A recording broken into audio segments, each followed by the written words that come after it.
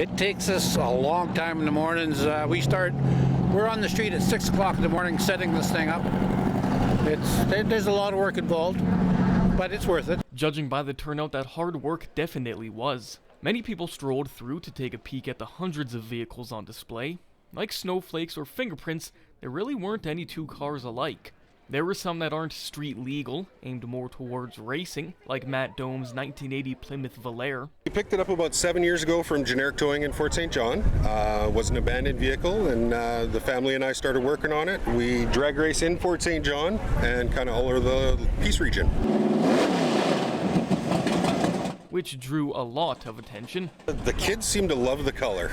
It's been good. There's been lots of people looking at it. It was Dome's first time at the show and shine with his monster of a vehicle, and it was Lyle Basque's debut at the event as well.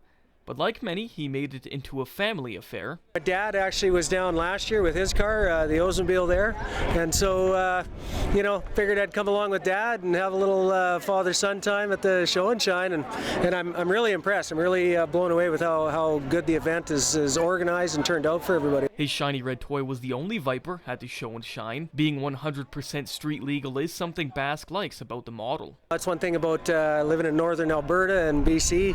There is some nice, if you get up early in the morning, there's some nice drives that a guy can go on, and we enjoy getting out and having some fun with them, right? It's all about driving. Then there's Dawson Creek's own Paul Stewart, who bought a snowplow for his shop in 2010 that had a new plan for the older machine only months ago. For 5 years, I've plowed snow until 11 weeks ago.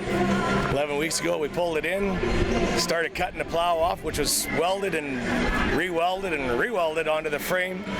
Cut half the frame apart and just started building from there, and one thing led to another, and the design of what we had and how we worked it all out, we ended up with this. Stewart was helped by staff at his shop and others around town to ensure everything would be done for the show and shine, and it was close, with the Land Cruiser only completed at 3:30 on Sunday morning.